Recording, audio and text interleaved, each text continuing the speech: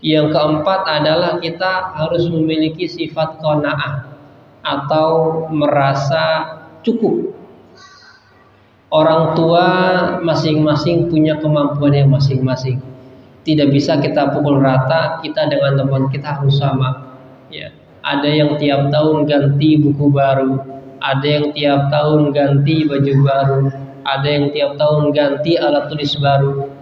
Kalau orang tuanya mampu, monggo silakan. Tapi kalau orang tuanya masih belum mampu, udah nak, pakai buku yang tahun kemarin dulu ya. Ntar kalau udah rezeki, udah gajian nanti baru beli. Maka kita harus merasa cukup dengan apa yang kita punya. Jangan terus merasa kurang. Wah, nggak mau belajar kalau nggak pakai baju baru, gitu kan? Apalagi anak sekarang nggak mau sekolah kalau nggak dibeliin motor. Oh, susah ini. Nggak mau sekolah kalau nggak dibeliin HP. Orang tua mau nggak mau banting tulang, ngutang bela-belain buat beli motor, beli HP. Udah dibeliin motor, dibeliin HP, udah diturutin. Sekolahnya bukan sampai sekolah malah bolos. Nauzubillah min zalik.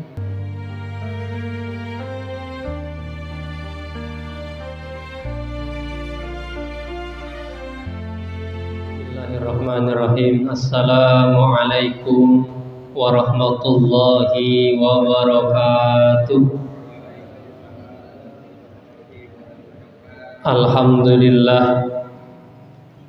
Alhamdulillahi rabbil alamin. Wa bihi nasta'in ala umuri dunya waddin.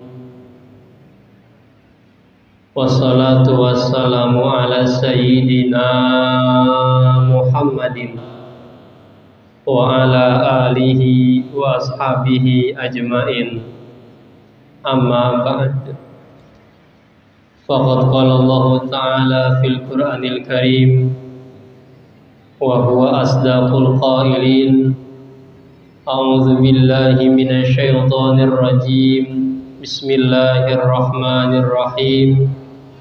Wa idz ta'adzana rabbukum la in syakartum la azidannakum wa la in kafartum inna adzabi lasyadid. Shadaqallahul azim. Yang saya hormati Ketua RW 12 Bapak Haji Mulyadi beserta seluruh jajarannya, mari kita doakan mudah-mudahan senantiasa Allah berikan kesehatan, Allah berikan rizki yang berkah, dan Allah jadikan keluarganya menjadi keluarga yang sakinah, mawadah, warahmah. Yang saya hormati Ketua DKM Masjid At-Taqwa, Ketua DKM Masjid Hidayatul Rahman, dan Ketua DKM Masjid Jami'an Nur, dan seluruh jajarannya. Kita doakan mudah-mudahan Allah berikan kesehatan, Allah berikan keberkahan, Allah berikan rizki yang berkah, dan Allah jadikan keluarganya menjadi keluarga yang sakinah, mawadah, warahmah. Begitu pula yang saya hormati seluruh Ketua RT di lingkungan RW 12 Kayuringin Jaya beserta seluruh jajarannya. Mari kita doakan mudah-mudahan Allah berikan kesehatan, Allah berikan umur panjang yang berkah, Allah berikan rizki yang berkah, dan keluarganya menjadi keluarga yang sakinah, mawadah, warahmah. Amin ya rabbal alamin. Begitu pula kepada seluruh pengurus dalam program Ayo Mengaji beserta seluruh donatur, mari kita doakan mudah-mudahan Allah berikan umur yang berkah, rizki yang berkah, Allah jadikan keluarganya menjadi keluarga yang sakinah, mawadah, warahmah. Amin amin ya rabbal alamin. Begitu pula kepada saudara-saudara kita yang sedang sakit, wabil khusus pengurus DKM Masjid At-Taqwa yang masih sakit, mudah-mudahan Allah angkat penyakitnya, Allah sehatkan badannya. Ila hadhihi niyyah al-Fatihah. A'udzu billahi minasy syaithanir rajim. Bismillahirrahmanirrahim. Alhamdulillahi rabbil alamin. Ar-Rahmanir Rahim. Maliki yaumiddin. Iyyaka na'budu wa iyyaka nasta'in. Ihdinas siratal mustaqim. Siratal ladzina an'amta 'alaihim ghairil maghdubi 'alaihim waladdallin. Amin. Alhamdulillahirabbil alamin.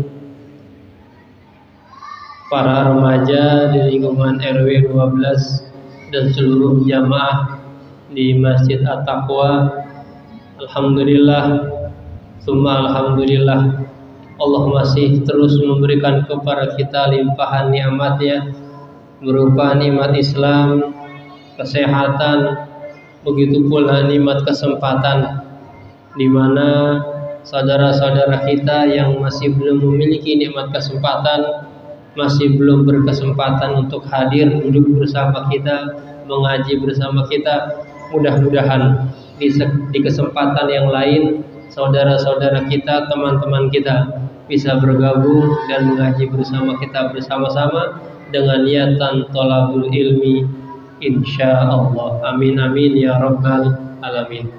Maka mari sama-sama nikmat yang Allah berikan kepada kita, baik itu nikmat yang kita rasakan ataupun nikmat yang seolah-olah kita tidak nikmati, kita harus pergunakan untuk terus mendekatkan diri kepada Allah Subhanahu wa taala.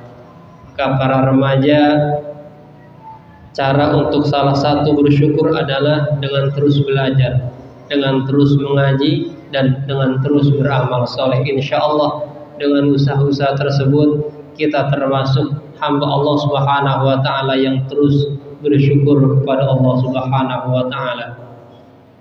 Yang kedua, salawat beriring salam kita haturkan kepada baginda Nabi Muhammad sallallahu alaihi wasallam, suri tauladan kita, sama-sama yang kita harapkan syafaatul uzma dari beliau.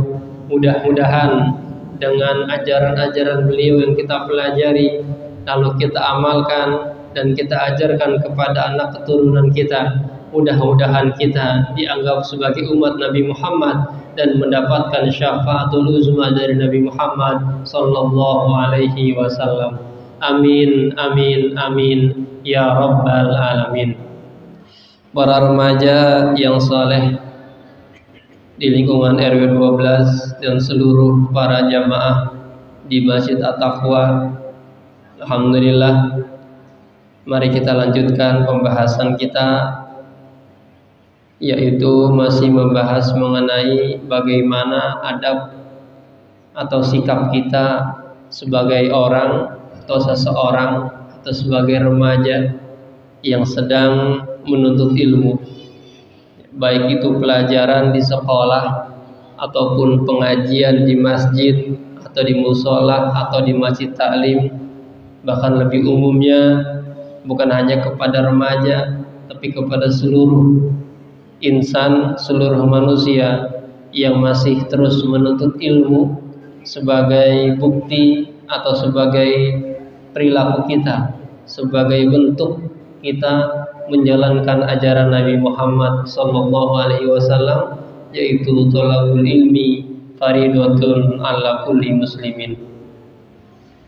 Pada pertemuan yang lalu sudah kita bahas bahwa yang pertama adalah kita bersihkan hati. Dengan hati yang bersih, kita awali dengan berwudu, lalu kita bersihkan hati kita dari berbagai macam penyakit hati. Itu salah satu langkah kita untuk lebih mudah dalam menuntut ilmu, lebih mudah dalam mempelajari agama Islam, lebih mudah mempelajari Al-Quran dan hadis baginda Nabi Muhammad sallallahu alaihi wasallam. Bahwa dengan hati yang bersih, ketika hati itu diibaratkan cermin yang bening, lalu hati itu bersih, cermin yang bening, cahaya itu masuk. Jadi ilmu itu adalah cahaya. Ya, ilmu itu diibaratkan cahaya.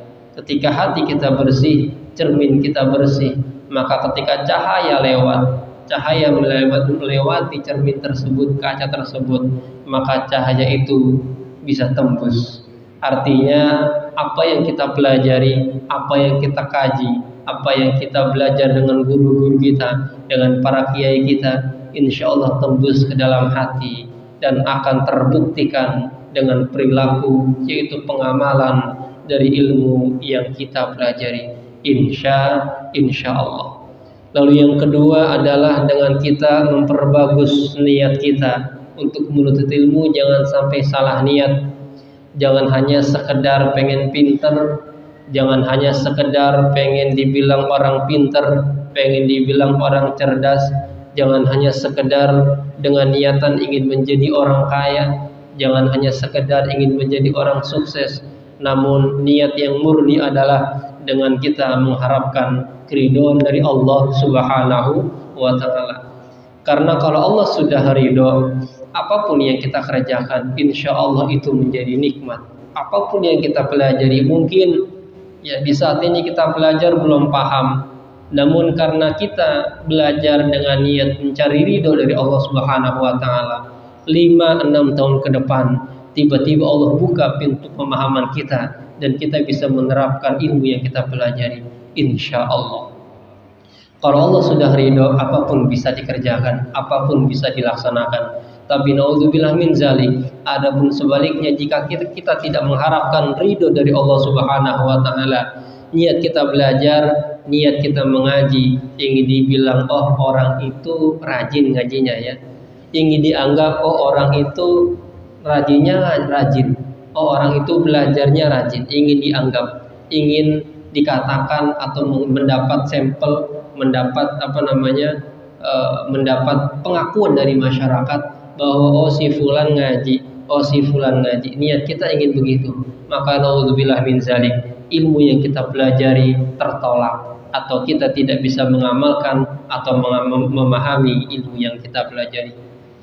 Mudah-mudahan dengan kita mengamalkan dua hal yang kemarin kita pelajari, lalu kita tambahkan dengan apa yang kita bahas pada malam hari ini, itu bisa menambah kemungkinan kita agar kita bisa belajar lebih baik dan mengaji lebih baik, menjadi murid yang baik, menjadi sahabat dan menjadi teman yang belajar yang baik.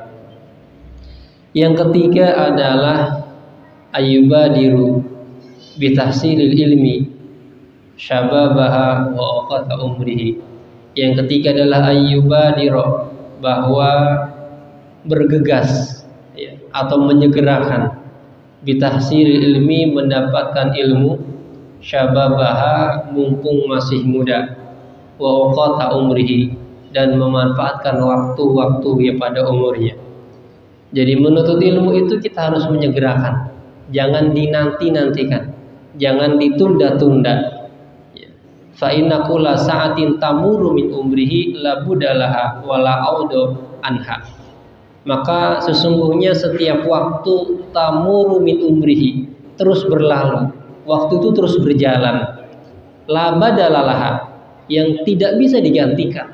Kalau waktu sudah lewat, guru menerangkan, katakanlah guru menerangkan 10 menit pertama, tapi 10 menit pertama fokus kita hilang, kita malah fokusnya katakanlah seseorang yang belajar di sekolah, 10 menit pertama guru menerangkan, 10 menit kedua guru memberikan tugas. Nah di 10 menit pertama yang harusnya guru sedang menerangkan, kita fokusnya lain, ngobrol lah sama teman, bercanda sama teman. Maka setelah 10 menit itu lewat, kita tidak bisa mengulang lagi. Tadi apa ya yang disampaikan guru saya? Tadi apa ya penerangannya? Tadi keterangan sebagaimana ya? Nah, ketika 10 menit berikutnya diberikan tugas, kita yang 10 menit pertama tidak memahami, tidak mendengarkan, tidak menyimak, maka itu lewat. Ketika waktu sudah lewat, maka tidak bisa diulang. Ya. Kecuali guru tersebut memberikan kesempatan, setelah diterangkan, diberikan tugas, diterangkan kembali. Ya, ada beberapa guru yang seperti itu, dan itu alangkah lebih baiknya. Maka kita harus menyegerakan. Kalau bisa sekarang, kalau bisanya nanti. Ya, tapi sebisa mungkin kita segerakan. Artinya waktu yang kita miliki 24 jam dalam satu hari kita cari, ya, kita tentukan waktu mana kita buat belajar. Kalau dulu teman-teman saya itu belajarnya beda-beda, ya. Ada yang belajarnya di sela-sela waktu istirahat, ada yang belajar di sore hari, ada yang belajarnya di tengah malam. Orang-orang sedang terlelap tidur, dia begadang belajar. Atau orang-orang tidur, dia tidur. Orang-orang masih tidur, dia udah bangun. Jam 3, jam 4 sudah bangun belajar. Jadi apapun, ya, waktu yang kita punya itu harus dipergunakan sebaik-baik mungkin. Kenapa? Karena tamuru, ya, fa inna kulla sa'atin tamuru min umrihi la badala. Kalau waktu sudah lewat, sudah berjalan, bahkan 1 detik sudah berlalu, kita tidak bisa ulangi, ya, tidak bisa kita ulangi. 1 detik sudah berlalu, tidak bisa kita ulangi. Maka harus kita pergunakan sebaik-baiknya. Apalagi yang masih muda, ya, usia-usia remaja, usia-usia yang masih muda, itu masih mudah menangkap pelajaran, menangkap ilmu, memahami apa yang diajarkan oleh guru-guru kita, masih mudah. Tapi kalau sudah berumur, diterangkan 1 kali, 2 kali, 3 kali, kadang-kadang 4 kali baru bisa nangkep, ya, karena sebab memang sudah faktor usia. Nah dulu, ya, Nabi Muhammad itu diangkat menjadi Nabi dan Rasul pada usia 40 tahun, ya, pada usia 40 tahun. Maka sahabat-sahabat Nabi pun mempelajari agama Islam di usia yang tidak lagi muda. Sahabat-sahabat Nabi itu mempelajari agama Islam di usia yang tidak lagi muda. Ya, katakanlah kalau Nabi 40 tahun, mungkin kisaran 40-50 tahun para sahabat Nabi. Tapi karena semangatnya tinggi, kecintaannya kepada Nabi Muhammad itu begitu cinta, apapun yang Nabi Muhammad ajarkan lalu langsung diterapkan, langsung dipahami, maka faktor usia tidak bisa menjadi penghambat seseorang belajar. Tapi memang secara umur, ya, secara umur itu tingkat pemahamannya makin bertambah usia makin berkurang. Ya, anak-anak usia SD, usia SMP itu hafalannya cepat. Kenapa? Karena memang otaknya lagi berfungsinya. Ya, dibuat belajar perkalian, dibuat hafalan. Bahkan ada anak yang TK atau baru 1 SD, ada di beberapa pondok sudah hafal 30 juz. Karena memang otaknya sedang encer-encernya. Ya, otaknya memang lagi masa-masanya belajar. Bertambahnya umur, usia SMP makin lama hafalannya, usia SMA makin lama lagi, dan begitu seterusnya. Maka waktu-waktu yang kita punya, yang kita dapatkan, yang kita mendapatkan kesempatan dari Allah Subhanahu wa taala, maka mari kita gunakan sebaik-baiknya. Bahwa para remaja sekalian, kalau usia remaja sudah lewat, maka sudah tidak bisa diulang kembali. Wah, dulu di Ataku ada ngaji, saya nggak datang, nyesel dah. Wah, dulu di Masjid Jami An-Nur ada ngaji, sekarang udah menikah, nyesel saya nggak datang. Wah, dulu di Masjid Hidayatul Rahman ada pengajian, saya nggak datang, saya sibuk ngopi, saya sibuk ngobrol, saya sibuk main, saya nggak datang, nyesel. Penyesalan itu datangnya belakangan. Ketika kita sudah pada titik jenuh, ya, mainnya udah bosan, ngopinya udah kena lambung gitu ya, saking sering ngopi sampai sakit. Ketika sudah sampai titik jenuh, barulah mulai penyesalan. Atau kita sampai pada titik di mana kita membutuhkan ilmu tersebut, ternyata kita tidak punya karena tidak belajar atau tidak mengaji, maka timbullah yang namanya penyesalan.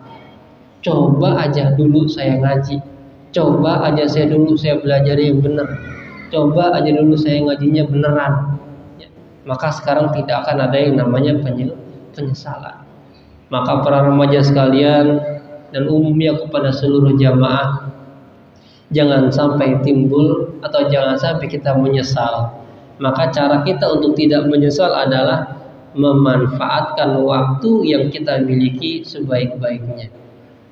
Bahwa dalam hadis Rasulullah bersabda, badiru bil a'mali fitanan, badiru segerakanlah oleh kalian bil amali, melakukan amal-amal saleh, amal-amal kebaikan, fitanan, ya, sebelum tiba adanya fitnah. Fitnah itu bisa diartikan imtihan, ya, cobaan, azab, ya, atau musibah. Jadi kita yang belajar, kadang-kadang yang belajar aja diberikan cobaan, sudah sekali belajar belum paham, 2 kali belajar belum paham. Allah mau lihat sampai semana usahanya. Apakah di percobaan ketiga dia menyerah, atau di percobaan ketiga keempat dia masih terus berusaha. Ya, ketika lulus dari cobaan, maka kita akan mendapatkan pemahaman dari ilmu yang kita pelajari. Atau musibah, ya, atau musibah. Seseorang sudah niat, ya, dari rumah, saya pengen ngaji di Masjid At-Taqwa habis maghrib, ya, mau melangkahkan kaki menuju Masjid At-Taqwa, keluar dari rumah, ternyata hujannya deras, ya, hujannya deras, berkilat deras, ya, sampai ada anginnya. Ya, di situ dia ada musibah, ya, ada penghalang dia untuk sampai kepada Masjid At-Taqwa untuk ngaji. Nah, ketika mendapatkan musibah, ya, bagaimana cara kita mencari solusinya? Apakah udah, karena hujan udah nggak usah ngaji, di rumah aja. Hujan udah nggak usah ngaji, ya, ngopi aja di rumah. Hujan udah nggak usah ngaji, ya, main HP aja di rumah. Ya, ketika mendapatkan musibah, kita sedang diuji. Apakah kita terus berusaha supaya kita melalui atau melewati musibah tersebut, atau kita hanya meratapi musibah? Hujan lagi, nungguin aja, nunggu reda, ya. Hujan lagi, ntar kalau dipaksain berangkat basah sampai Masjid At-Taqwa nggak bisa masuk karena basah. Mending di rumah aja lah, kering nggak basah, gitu ya. Itu cobaan kita. Jadi seseorang yang sedang belajar pun diberikan cobaan, apalagi yang tidak belajar. Atau, ya, bisa diartikan tahawulu bainal mari wa amal khair, ya, penghalang di antara seseorang dan amal kebaikan, penghalang di antara seseorang dan menuntut ilmu. Ya, sudah niat dari rumah berjalan, di tengah jalan ketemu teman tongkrongannya. Fulan, mau kemana? Saya mau ke masjid, mau ngaji. Wah, ngaji mulu, ngopi dulu yuk. Kemarin kan udah ngaji, sekarang ngopi dulu lah bareng-bareng, ya, ngajinya besok-besok lagi. Nah, kalau kita ikuti ajakan tersebut, artinya langkah kaki kita untuk mengaji, untuk menuntut ilmu terhenti. Kita belok ke tempat lain, ya. Artinya kita terhalang daripada tujuan yang ingin kita capai. Nah, kalau menemukan yang seperti ini, ya balas, ya, balas aja, jawab aja. Iya, kemarin gua ngaji. Lalu ngaji nggak kemarin? Ini ikut gua ngaji ke Masjid At-Taqwa, balas aja. Ya. Jangan kita malah ikut ngopi, ngaji mulu. Udah pinter udah. Ya. Ngopi aja bareng-bareng ini di warung. Itu pergaulan kita. Nah, ingin dibentuk bahwa dengan adanya program Ayo Mengaji ini di lingkungan RW12 ingin dibentuk bahwa remajanya bukan hanya bisa ngopi, ya, remajanya bukan hanya pintar main game, bukan hanya pintar nyari duit, tapi juga punya ilmu agama yang cukup, ya. Tapi juga memiliki ilmu agama yang cukup, ya. Pintar dia bisnisnya, untung banyak, tapi kalau ilmu agamanya nggak punya, ludes uangnya, ya, hilang, keuntungannya hilang. Ya. Baginda Nabi Muhammad SAW itu sejak masa remajanya sudah ikut bersama pamannya berdagang, ya. Dari Makkah, ya, pergi ke kota Syam berdagang. Nah, ketika Nabi Muhammad berdagang, untung besar, ya, untung terus. Lalu suatu ketika juga Nabi Muhammad ikut berdagang juga bersama rombongannya Siti Khadijah, ya, yang akan menjadi, ya, istrinya baginda Nabi Muhammad SAW. Ketika ikut bersama rombongannya Khadijah, ya, Siti Khadijah, setelah pulang dari berdagang, ternyata apa yang dijual atau didagangkan oleh Nabi Muhammad ini untung besar. Di antara pedagang yang lain, gedean untungnya Nabi Muhammad SAW. Ya. Karena apa? Ya, di suatu ketika di berangkat perdagangan yang berikutnya, Ya, Siti Khadijah nitip ya satu orang anak buahnya, budaknya suruh ikut. Kamu sana dampingin Muhammad. Gimana sih cara dagangnya? Kok dia kalau berdagang selalu untung besar? Ya. Ternyata setelah dikupas bahwa Nabi Muhammad itu sangat jujur. Ya. Ketika berdagang sangat jujur, penuh senyum, ya, dan lain sebagainya, kebaikan-kebaikan, maka akhirnya apa yang diperdagangkan mendapatkan untung yang besar. Bahwa ketika seseorang berbisnis, ya, dia harus memiliki ilmu tentang jual beli, ilmu tentang bisnis. Tapi itu saja tidak cukup, harus juga diiringi dengan ilmu agama yang cukup. Kenapa? Karena kalau hanya memiliki ilmu bisnis, maka segala cara akan dihalalkan. Segala cara akan dihalalkan. Yang penting untung gede. Tapi kalau kita belajar agama, kita belajar ilmu agama, ada remnya. Wah, ini kalau begini untung gede, tapi secara agama nggak boleh. Ada orang yang terzolimi, ada orang yang dibohongi, itu nggak boleh. Ya, maka kita stop. Ada remnya. Ya, ada remnya. Lagi-lagi kita harus bisa ya, memanfaatkan waktu sebaik-baiknya, bergegas. Ya, belajar itu harus bergegas. Sebisa mungkin kapan ada waktu kita gunakan. Ya, kapan ada kita gunakan. Mungkin kalau yang belajarnya hanya di sekolah, ya pulang sekolah waktunya masih panjang. Ya, dulu saya dan teman-teman saya kalau pulang sekolah itu hanya punya waktu kurang lebih 2-3 jam. Itu waktu kosong. Iya, siang hari waktu kosong. Kenapa? Karena sorenya ada diisi lagi. Iya. Habis maghrib diisi lagi. Habis isya diisi lagi. Baru di atas jam 9 kosong lagi. Iya. Di atas 9 baru kosong lagi. Lalu malamnya diisi lagi. Karena kita tuh harus bisa bergegas. Artinya menyegerakan waktu. Iya. Kalau dulu di pondok ada yang namanya mutolaah. Iya. Kita belajar dulu sebelum belajar dengan guru kita. Jadi ngaji kitab kita harokatin dulu, kita artiin dulu. Nanti ketika ngaji sama guru kita baca. Nah itu kita harus pintar-pintar nyari waktu. Kadang-kadang pulang sekolah kita sempetin, wah ntar sore ngaji, mutolaah dulu. Habis ngaji sore jam 4:30 selesai, habis maghrib ngaji lagi. Maka jam 4:30 kita cari lagi, belanja lagi, mutolaah lagi. Habis maghrib ngaji, ya ada jeda waktu, habis isya ngaji dan seterusnya. Bahkan dulu sempat ya, beberapa teman saya itu dia di waktu bulan Ramadan karena memang pengajiannya juga padat, ya, mereka mencari waktu mutolaah belajar itu di tengah malam. Jam 12 dia mulai sampai sahur. Ya, karena kalau seseorang sudah menikmati yang namanya belajar itu waktu lewat begitu aja. Jam 12 mereka mulai mutolaah salah satu kitab, harokatin, cari artinya, diirob, terus begitu. Ya, baris pertama, baris kedua, lewat 1 jam. Jam 1, jam 2, jam 3. Tiba-tiba nggak terasa, udah waktunya sahur, udah berhenti. Ya, baru dia sahur. Jadi waktu itu harus dipergunakan sebaik-baiknya. Ada juga teman-teman yang ya dia leha-leha. Ya ketika waktunya belajar entar aja. Akhirnya dulu ketika disuruh baca nggak bisa baca. Ya disuruh baca nggak bisa baca. Karena ada beberapa guru ya beliau itu kiainya setelah kita sebagai muridnya baca baru beliau menerangkan. Dan itu ditunjuk biasanya. Beberapa anak yang malas-malasan kita ditunjuk, ayo fulan baca. Ketika baca dia diem. Kenapa nggak bisa baca? Belum mutolaah kiai.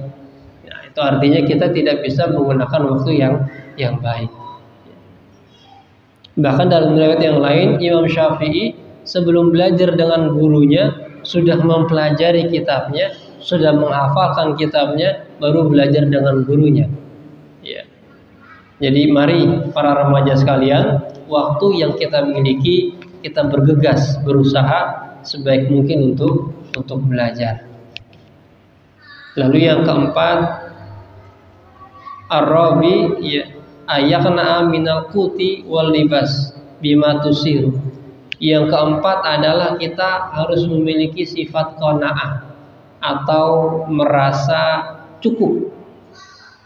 Orang tua masing-masing punya kemampuan yang masing-masing. Tidak bisa kita pukul rata, kita dengan teman kita harus sama.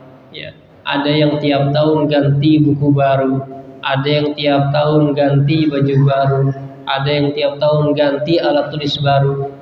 Kalau orang tuanya mampu, monggo silakan. Tapi kalau orang tuanya masih belum mampu, udah nak, pakai buku yang tahun kemarin dulu ya. Ntar kalau udah rezeki, udah gajian nanti baru beli. Maka kita harus merasa cukup dengan apa yang kita punya. Jangan terus merasa kurang. Wah, nggak mau belajar kalau nggak pakai baju baru, gitu kan? Apalagi anak sekarang nggak mau sekolah kalau nggak dibeliin motor. Oh, susah ini. Nggak mau sekolah kalau nggak dibeliin HP. Orang tua nggak mau banting tulang, ngutang-ngutang, bela-belain buat beli motor, beli HP. Udah dibeliin motor, dibeliin HP, udah diturutin. Sekolahnya bukan sampai sekolah malah bolos. Nauzubillah min zalik. Bahwa kita sebagai seorang yang menuntut ilmu harus memiliki sifat qanaah atau merasa cukup dengan apa yang kita punya. Alhamdulillah kalau orang tua kita bisa membelikan kita buku baru setiap tahunnya. Kalau tidak bisa, maka buku yang ada kita manfaatkan. Oh, buku tulis kita setengah bagian sudah dipakai di kelas 7. Masih ada setengahnya, kita pakai lanjutkan di kelas 8 dan begitu seterusnya. Mulai dari pakaian ataupun makanan atau uang jajan. Wah, mak atau bapak kemarin kelas 7 udah di jajannya 10.000. Sekarang naik kelas, naik uang jajannya. Yalah tong, bapak aja gajian kagak naik, lu minta naik uang jajan, gitu ya. Nah, ajarkan kepada anak-anak kita atau para remaja sekalian, kita harus bisa merasa cukup dengan apa yang kita punya. Bahwa dengan kecukupan itu, ya, insya Allah kita bisa mendapatkan ilmu yang bermanfaat. Insya Allah. Alhamdulillah, ya, kita menambah 2 poin lagi. Perilaku kita kepada diri kita sendiri, bagaimana adab kita kepada diri kita sendiri dalam belajar, bahwa kita harus terus merasa cukup, ya, pakaian yang ada, alat tulis yang kita punya, kita harus bisa merasa cukup supaya ya belajar yang kita pelajari, pelajaran yang kita pelajari bisa kita dapatkan ilmunya dan manfaatnya. Lalu yang keempat adalah kita menyegerakan atau bergegas mumpung masih ada waktu, gitu ya. Antar aja belajar kalau udah lulus, habis lulus kerja. Antar aja belajar kalau udah nggak kerja, habis selesai kerja ternyata sakit. Antar aja belajar kalau udah sembuh, habis sakit ternyata meninggal. Antar aja. Kalau meninggal mau ntar kapan lagi? Ya. Kalau sudah meninggal mau ntar kapan lagi? Maka bergegaslah belajar. Mumpung alhamdulillahnya di lingkungan RW 12 hampir tiap habis maghrib ada pengajian, baik di masjid, baik di musola, ya, ataupun di majelis taklim. Ya, baik pagi hari ataupun sore hari ada pengajian, banyak pengajian. Maka mari kita luangkan, kita sempatkan waktu kita sediakan waktu kita untuk mengaji, untuk belajar, untuk mempelajari agama Islam, dan untuk memudahkan kita mendapatkan keriduan dari Allah Subhanahu wa ta'ala. Amin amin ya rabbal alamin. Alhamdulillah, saya kira cukup pengajian pada malam hari ini. Mudah-mudahan sedikit banyaknya bisa diambil manfaatnya dan bisa kita amalkan. Apabila ada salah-salah penyampaian, ya, salah-salah keterangan atau salah-salah kata, saya pribadi mohon dibukakan pintu maaf yang sebesar-besarnya. Saya akhiri, astaghfirullah min qaulin bila amalin, laqad nasabtu bihi naslan lidhi aqamin, ihdinas siratal mustaqim, siratal ladzina an'amta alaihim ghairil maghdubi alaihim. Assalamu alaikum warahmatullahi wabarakatuh.